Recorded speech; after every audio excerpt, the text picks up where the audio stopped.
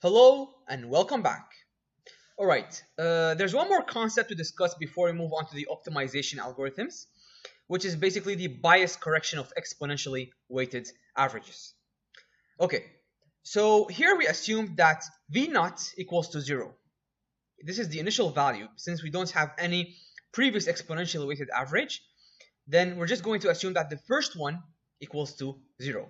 So when we're calculating V1, so V1 equals to beta V0 plus 1 minus beta theta 1, okay? Which is this formula over here. Now V0, since we don't have anything, we're just going to assume it to be equals to 0. And by the way, there's just one thing. Since we said that this is a general equation, then probably we should put beta and 1 minus beta here, okay? Previously, we used 0.9 and 1 minus 0.9, which is 0.1 in this equation, because we assumed that beta is 0.9. And therefore 1 minus beta would be 0.1. That's why previously there was 0.9 here and 0.1 here. But if we were to generalize this equation, so we can plug in any value of beta that we want, then this is what we're going to have. Okay? So back to the topic. Here we substituted that, we said that V0 equals to 0. So let's see what happens when V0 equals to 0. So we're going to substitute V0 here. Okay, let's go to the next slide and see what happens. So this is your formula, and we said that V1 equals to beta V0 plus 1 minus beta theta 1, and we said that we're going to substitute V0 equals to 0 in this equation. Therefore, you'd have V1 equals to 0 plus 1 minus beta theta t, which is basically 0.02 theta 1. Okay, now V2 equals to beta times your V1, which is 0.02 theta 1. So we just plugged it here. Plus 1 minus beta, which is 0.02 times your current data point, which is theta 2. So therefore, that's why you have this formula as V2. Okay? Which is 0.98 times 0.02 theta 1, which gives you 0.0196 theta 1. And 0.02 theta 2 is just going to stay the same. You're not going to multiply it with anything. So these are the values you get for your second exponentially weighted average point. And realize what's happening here. They're very small values. Like they're values close to 0. Alright, so what's going to happen in the graph is that they're going to start from 0 here. So this purple curve over here is without bias correction. That means when we assumed that V0 equals to 0. So when we assume V0 equals to 0, as you can see here, V2 starts from very low values, and that's why this purple curve starts here from low values. All right?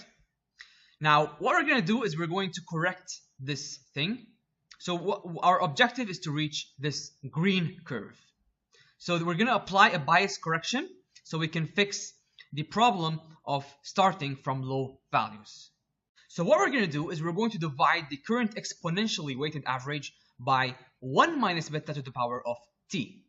Okay, so let's say here you have V2, which is 0.0196 theta 1 plus 0.02 theta 2. We're going to take this V2 and we're going to divide it by 1 minus beta to the power of t.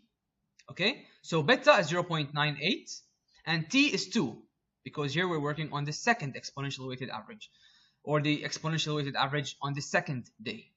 Okay, so we're going to divide this exponentially weighted average of the second day, V2, we're going to divide it by 1 minus beta to the power of t.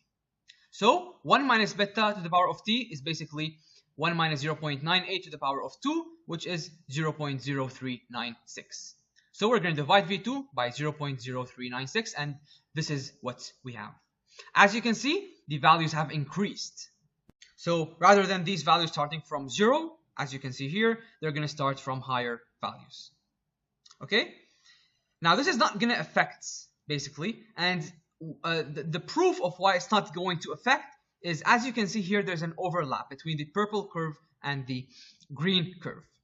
So why are they overlapping? Let's see why. Now at big values, so once your t becomes big, for example, let's say it becomes 150. So at day number 150, what's going to happen? 1 minus beta to the power of t is equals to 1 minus 0.98 to the power of 150. So 0.98 to the power of 150 is nearly equal to 0.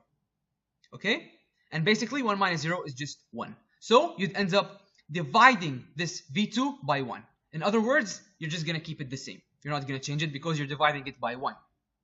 So at high values of t, they're going to be the same, as you can see here. So that's why we do bias correction, is to avoid the problem of starting from low values. So that's it for bias correction of exponentially weighted averages. Now in the next video, we're ready to move on to the optimization algorithms. Okay, so we're going to start by discussing stochastic gradient descent with momentum.